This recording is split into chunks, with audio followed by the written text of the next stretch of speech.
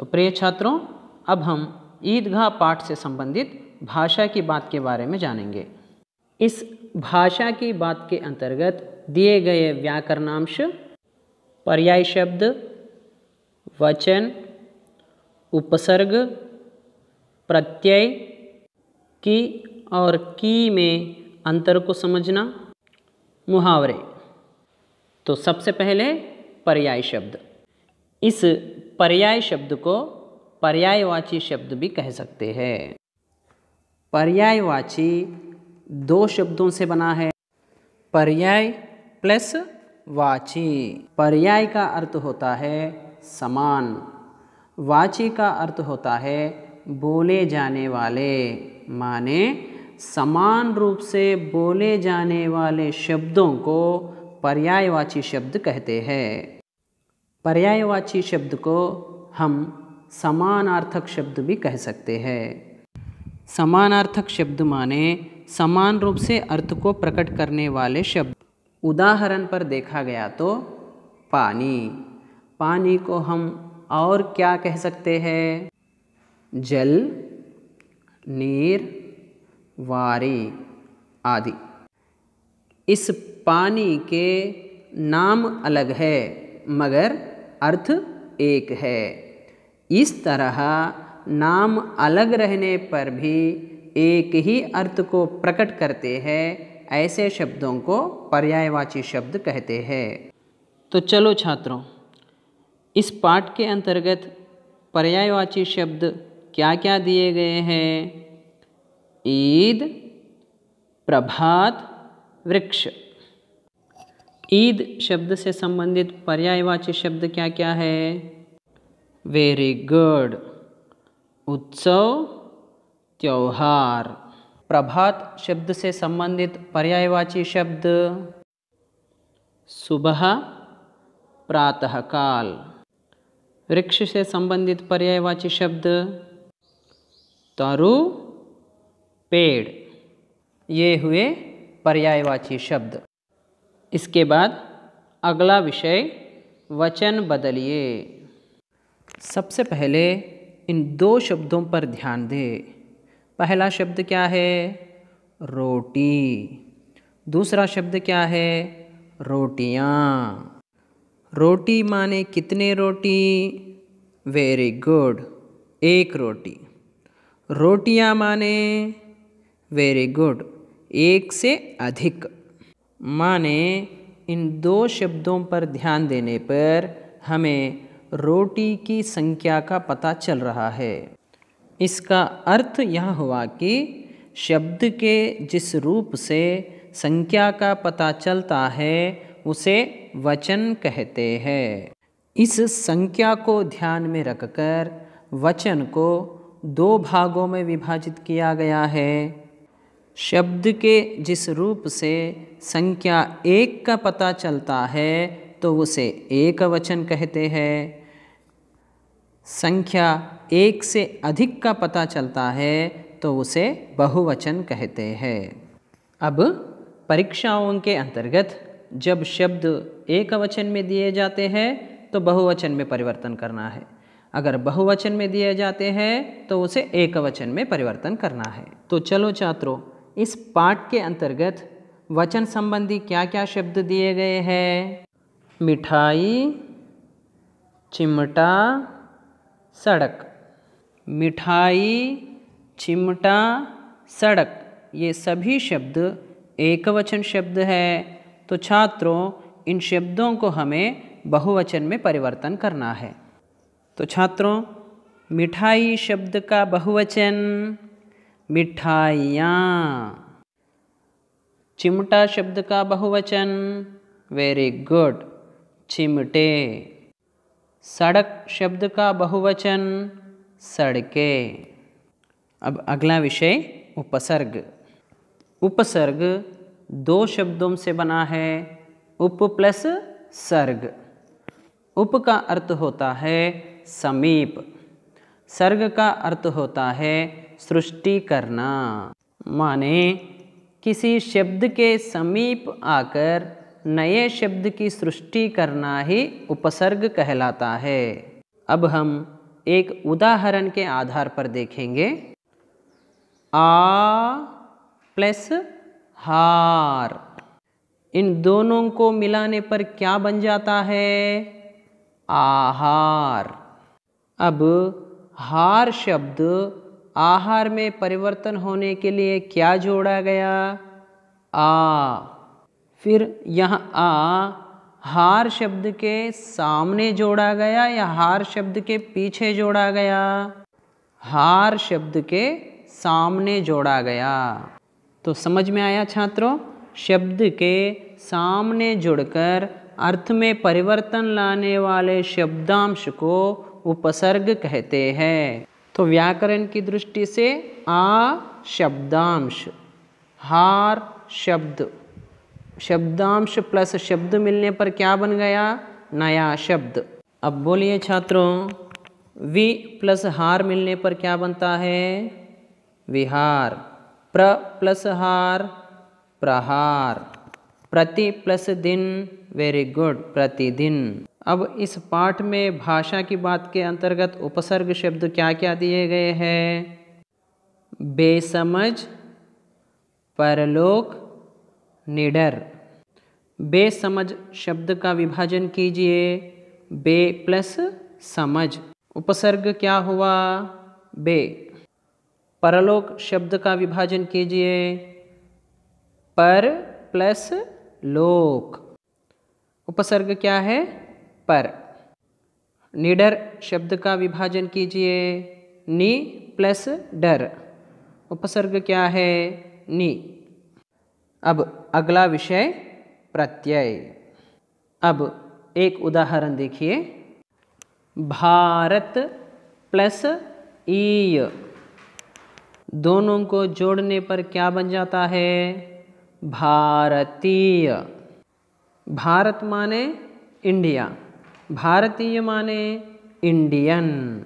यहाँ भारत भारतीय में परिवर्तन होने के लिए कौन सा शब्दांश जोड़ा गया? ईय।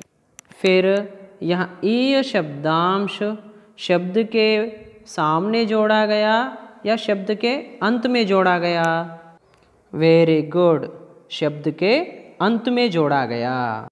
इस तरह शब्द के अंत में जुड़कर अर्थ में परिवर्तन लाने वाले शब्दांश को प्रत्यय कहते हैं। प्रत्यय संबंधी कौन कौन से शब्द दिए गए हैं? दुकानदार, गरीबी। दुकानदार शब्द का विभाजन कीजिए। दुकान प्लस दार, तो प्रत्यय क्या हुआ? दार। गरीबी शब्द का विभाजन कीजिए। गरीब प्लस ई, शब्द के अंत में बड़ी ई मात्रा रहने पर हमें बड़ा ही लिखना है, तो प्रत्यय क्या हुआ छात्रों? ई। तो प्रत्यय आसानी से समझ में आया छात्रों।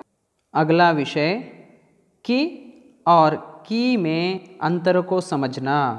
यहाँ छोटी ई मात्रा वाला होता है, इसे दो वाक्यों के बीच में वाक्यों को जोड़ने के लिए प्रयोग में लाया जाता है।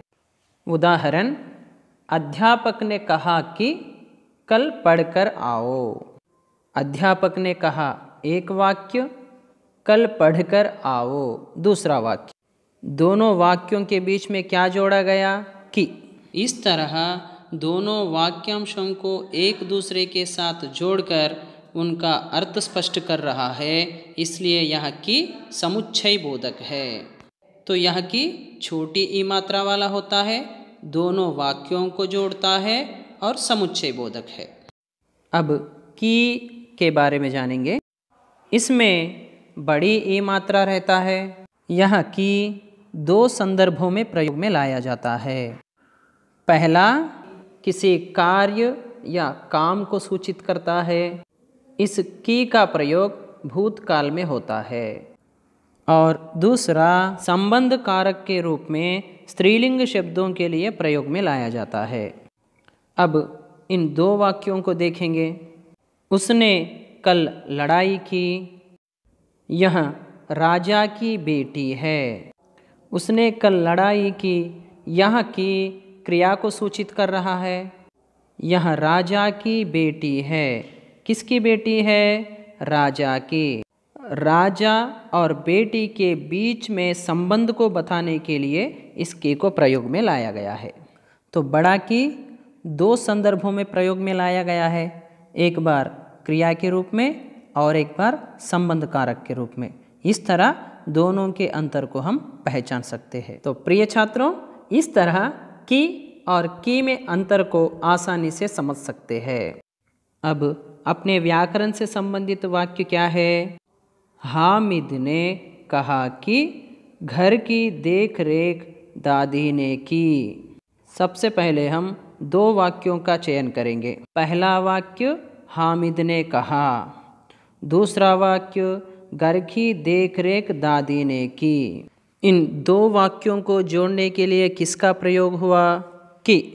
यहाँ दो वाक्यों को मिलाने के लिए प्रयोग में लाया गया है, इसलिए यहाँ की समुच्चय बोधक है।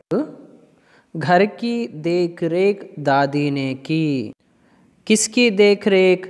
घर की देख रेख।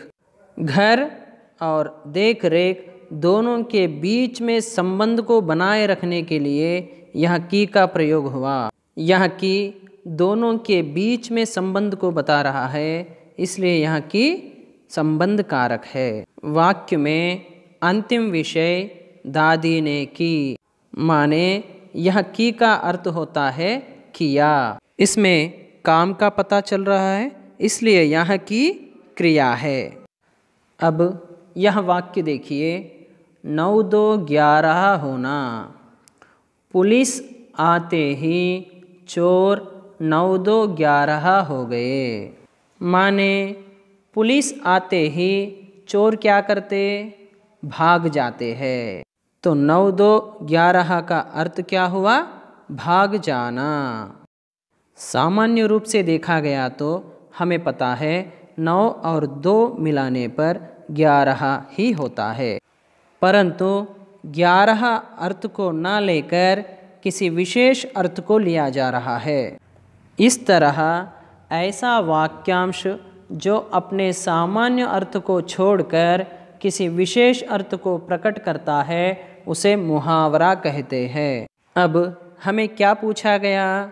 पाठ में आए मुहावरे पहचानिए और अर्थ लिखकर वाक्य प्रयोग कीजिए। परीक्षाओं में मुहावरे से संबंधित एक प्रश्न अवश्य पूछा जाता है, इसलिए मुहावरे ध्यान से पढ़िए। भेंट हो जाना, अर्पित होना। मालिक नौकर से कहता है, तुम हमारे परिवार से भेंट होने से अब हमें ऐसा लगता है कि तुम हमारे परिवार के सदस्य बन गए। पीली पड़ जाना, कांतिहीन होना। अस्वस्थ के कारण मेरा मित्र का चेहरा पीला पड़ गया। दिल कचोटना, दुखी होना। डॉक्टर समय पर न आने पर एक व्यक्ति की मृत्यु हो गई, इससे मेरा दिल कचोट गया। गले मिलना, आलिंगन करना। मैं परीक्षा में प्रथम श्रेणी में उत्तीर्ण होने पर मेरे पिताजी मुझसे गले मिलकर बधाई दी। चकनाचूर हो जाना, बुरी तरह नाश होना। अतिवृष्टि आने पर सारा फसल चकनाचूर हो गया। दिल बैठ जाना, अधीर होना। वार्षिक परीक्षाओं में कम अंक मिलने पर मैं अधीर हो गया। कलेजा मजबूत करके कहना, दृढ़ता से कहना। मैं कलेजा मजबूत करके कहता हूँ कि कष्ट की कभी हार नहीं होती। छाती पीट लेना, दुखी होना। हम किसी कार्य में असफल होने पर हमें छाती पीट लेना नहीं चाहिए, फिर से प्रयत्न करना चाहिए। मन गदगद हो जाना, पुलकित होना। अपने बिछड़े हुए बेटे को पाकर माँ का दिल गदगद हो गया।